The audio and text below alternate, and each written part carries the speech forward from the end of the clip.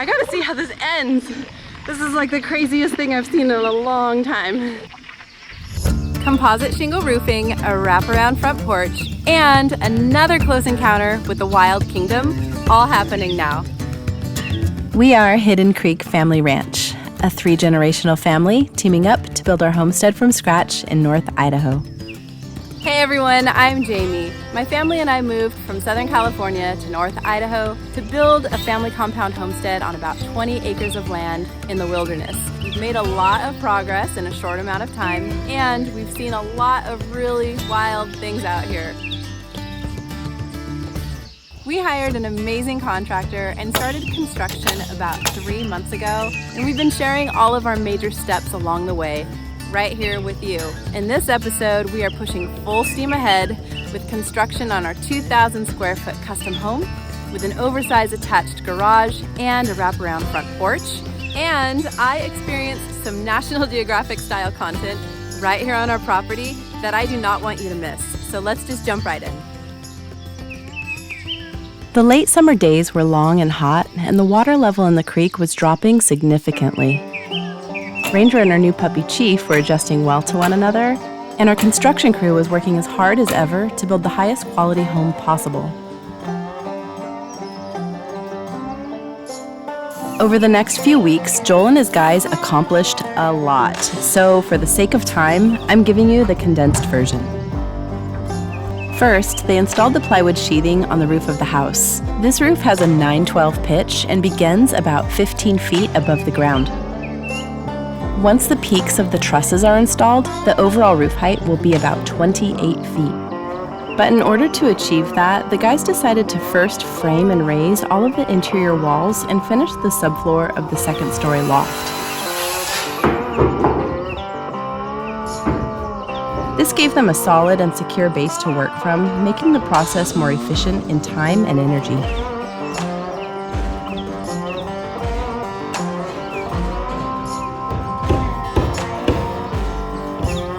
With all of the truss peaks now in place, the guys were able to finish the plywood sheathing on the roof of the house.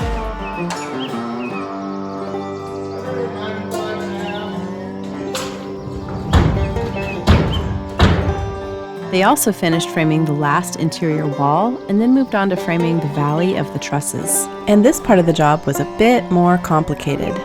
Since we had to change our original plans and build the house up on stem walls, Joel had to come up with his own calculations for the differential in height between the house and the garage, as opposed to relying on our original plans, which call for the roof of the house to be the same height as the roof of the garage. Then, it was time to move on to installing the plywood sheathing on the roof of the garage.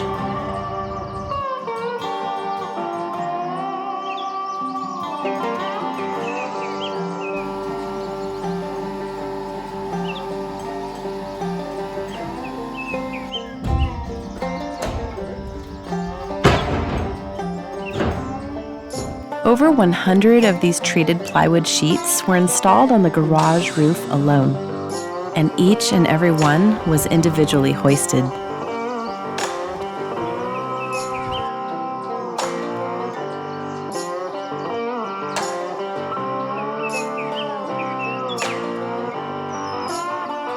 Once most of the roof sheathing was completed, the fascia board was installed around the perimeter of the roof. And then an ice and water shield membrane was placed in the valleys and along the edge of the overhang. House wrap was then installed to create an air and moisture barrier to boost the home's energy efficiency. For now, the guys are only focusing on the south and north-facing slopes of the roof of the garage, but they'll be circling back around in the near future and finishing wrapping up the entire house. The next day, our roofing shingles were delivered. We decided to go with Owens Corning asphalt composite shingles as opposed to a metal roof for a couple of reasons.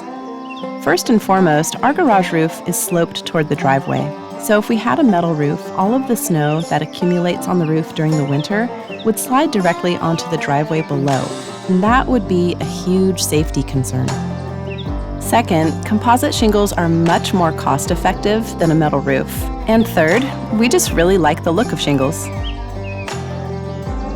At this point, the guys are moving on to one of the features of this house that I am most excited about.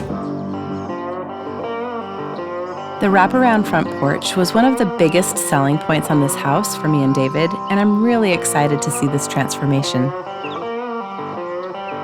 For now, Joel's priority is to frame only the porch cover so that he can begin installing shingles on the entire roof of the house and the garage. Then they'll come back around to framing the deck of the porch. We considered several other house plans that didn't have a wraparound covered porch, and after weighing the pros and cons, we ultimately decided that for us, the advantages outweighed the disadvantages. Some of the disadvantages of a covered wraparound front porch include the additional cost of materials and labor, the added maintenance over the years, and a covered wraparound porch will limit the amount of natural light coming in through our lower windows. But we also consider this to be one of the advantages, because here in North Idaho, we have some long, hot summer days with temperatures in the 90s and sometimes over 100 degrees Fahrenheit. So by preventing a lot of the direct sunlight in the home, we're increasing our energy efficiency. Other advantages include increased square footage for leisure and entertaining that's sheltered from the hot sun, rain, and snow, reduced sun glare inside the house, expanded views of the wilderness around us, and that contemporary farmhouse aesthetic we've been wanting. Around this time, the guys took about a week off of working on our house to build my dad and Carol's garage. Once framing and sheathing was complete, construction picked back up on our house, and it started getting really busy around here. We have Joel working up on the roof on the backside. Papa and Sammy are working on the plywood on our front porch, along with the drip guard. We've got 2 HVAC guys here who are installing our furnace and all of the ductwork. And I think we've got about 5 or 6 or maybe 7 plumbers here in the house, up in the loft, up in the mechanics room, down under the house in the crawl space, installing all of our plumbing. So they are knocking it out, getting it done, making really good progress here. Rough-in plumbing and HVAC are now complete, so these guys will return when Joel is ready for the finishing phase. And speaking of finishing, summer would soon be fading into fall, bringing cooler days, rain, and even snow. So Joel and his 3-man crew were especially motivated to finish all of the exterior work necessary to prepare for the change in weather. The guys worked their way around the house, finishing the last of the plywood sheathing, soffits, house wrap, fascia and drip guard, and one of the most important elements of the exterior, the composite shingle roof.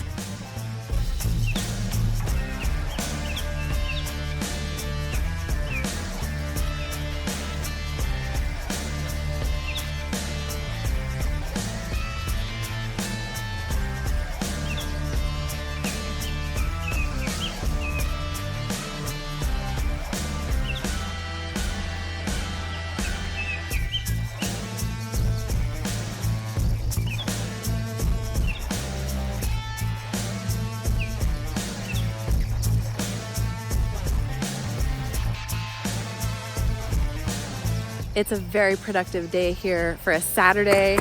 We've got Joel and Papa up on the roof finishing off this last side, and then they'll move on to the front porch.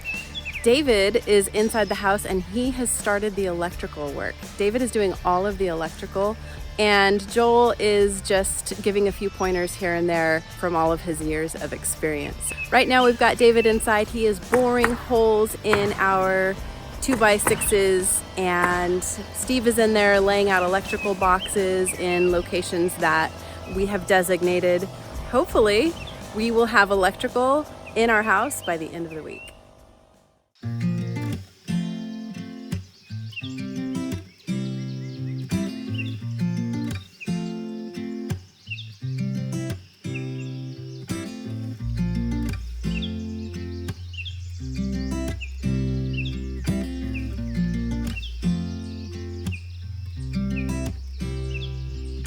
This journey that we're on of leaving our old life in the greater Los Angeles area behind to move to Idaho and build a house and build an entire family compound homestead from scratch is by far the biggest goal that we have ever pursued. And while there have been challenges and setbacks along the way, we wouldn't change any of it because those difficult times were the times that we really grew and learned the most. And we just wouldn't be where we are now if it weren't for all of the mistakes that we've made in the past. By the grace of God, we have an excellent contractor and a hardworking crew of men who, unlike most stories, show up every day and give the best of themselves to ensure that they're building a house that not only meets but exceeds industry standards and our vision of our future home. While Joel and his crew are finishing up all of the exterior preparations, getting ready to install windows and doors and finishing up the porch and the deck, we've been busy following through on all of our commitments, including overseeing the entire job and researching and making design choices along the way, and everything else that comes with building a new home. We're also really focused on raising amazing humans and homeschooling and socializing with friends, raising a little puppy who is quite a handful at this stage and still wakes us up every 2 or 3 hours during the night, David's work schedule, which has been quite demanding and requires upwards of 2 to 3 weeks of travel every month. And I am still really focused on creating high quality content for this channel. And that brings me to my next point, which is that this channel is a work in progress and I'm learning as I go. For now, the purpose is simply to share our experience with you. We're not a how-to channel at this point. Maybe someday we will be, but for now, it's purely just the organic evolution of our family's experience and all of the lessons that we are learning along the way, the highs and the lows, the ups and the downs, and everything that comes with building a house, building a homestead, and living in the wilderness, which is why I am really excited to share this natural phenomenon that just occurred right on our road, right here on our property, and it is by far the strangest and the slimiest thing that I have ever seen. I will throw it out there that viewer discretion may be advised, but only on a National Geographic kind of level. Check this out. We live in the wilderness, so naturally we've seen a lot of wildlife. Of course, some of the most common forest creatures like squirrels, small birds, and deer are prevalent, but we've also seen a lot of tadpoles and frogs, painted turtles, gopher snakes and garter snakes, rubber boas, salamanders, geese, and turkey, and some type of water-dwelling weasel. We're not quite sure what that is yet. A wide variety of creek-traveling fish, and of course their predators, bald eagles, golden eagles, and the ultimate and most fierce predator in our region, a cougar, which walked right across our driveway and into the woods behind us. But there's a large number of other creatures around us that we haven't seen yet, and I'm always keeping my eyes open for them, including bears and coyotes, which we've heard but haven't seen yet, elk, moose, bobcats, beavers, blue-tailed skinks, owls, and of course, the most elusive, Sasquatch. But there are some creatures here that up to this point I've really overlooked until recently when we came across the leopard slug. This strange creature is one of the largest slugs in the world, growing up to 8 inches long. And after seeing what I'm about to show you, I think you'll agree that they have by far the most unusual mating behaviors on Earth. Ranger and I were going for a walk when I spotted 2 leopard slugs in the long grass on the side of the road. Their strange behavior immediately caught my attention, and I had a pretty good idea of what was going on here. But I have to be honest and say that I was not expecting what was about to happen. I only had my GoPro on me, and unfortunately, it doesn't provide the best close-up footage, but I knew I didn't have time to go back for my phone. This peculiar courtship continued for several minutes as the snails became more and more entwined with each other, and they appeared to be creating more and more slime.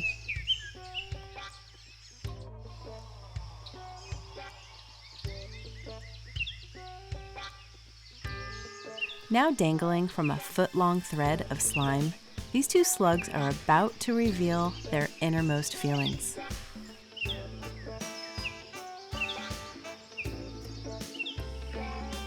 See that translucent, worm-like object coming out of the slug's head? That's the male sex organ, and they both have one because slugs are hermaphrodites, carrying both male and female sex organs.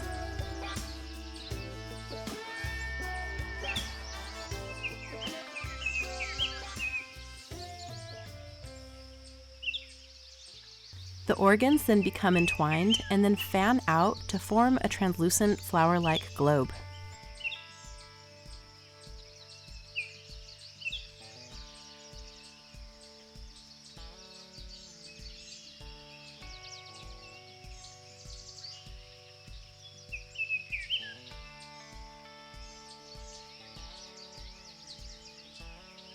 My battery died.